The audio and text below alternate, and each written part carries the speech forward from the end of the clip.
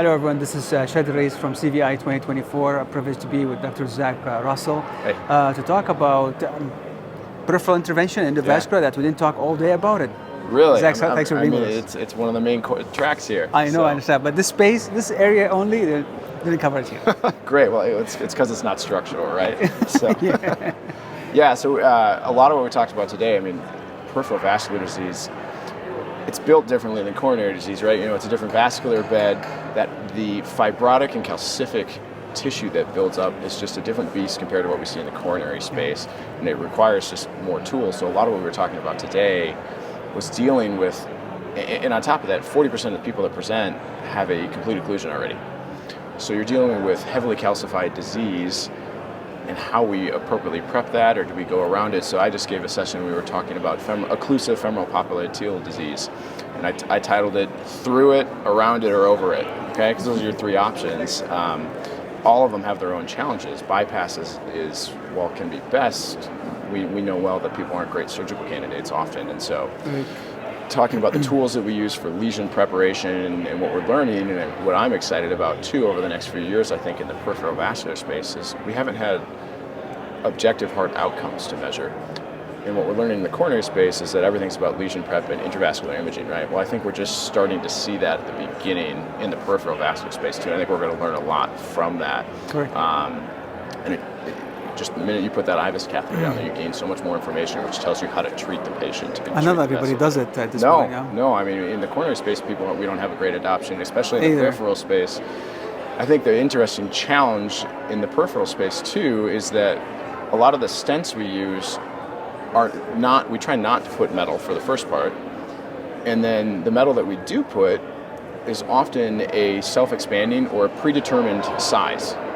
And so the minute you commit a patient to using that, you are stuck with it, and the benefit and the consequences that come with.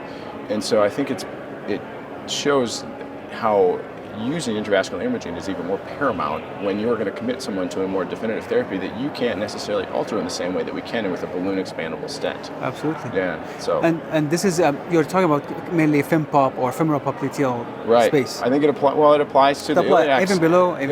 Yeah. So the fun and exciting new thing is we now finally have a scaffold for below the knee that's not a coronary stent that's been demonstrated to have clear benefit as far as maintaining patency. We talk about tibial vessel interventions. Our goal is to keep that vessel open for 90 days in order to allow wound healing. Well, that's not a great, if it allows the wound to heal fine, we know that a claudicant can live with collateral blood supply.